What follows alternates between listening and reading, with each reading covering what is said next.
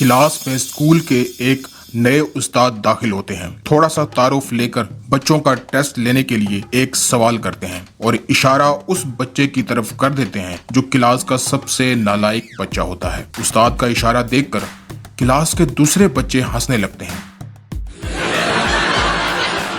کہ استاد جی نے جواب دینے کے لیے اٹھایا بھی تو کس بچے کو، لیکن استاد تو پھر استاد ہی ہوتا ہے۔ ان کو سمجھ آ گئی کہ یہ کلاس کا سب سے نالائق بچہ ہوگا، اس لیے سب بچے اس پر ہنس رہے ہیں۔ استاد نے بچے کو بیٹھنے کے لیے کہا اور درس دینے میں مصروف ہو گئے۔ چھٹی کے وقت استاد نے اس نالائق بچے کو اپنے پاس بلا لیا اور جب سب بچے چلے گئے تو استاد نے اس بچے کو ایک سوال دیا اور اس کا جواب بھی لکھ کر دیا اور کہا کہ اسے یاد کر لو اور کل جب میں کلاس میں سوال کروں گا تو یہ جواب تم نے مجھے کلاس میں ضرور دینا ہے۔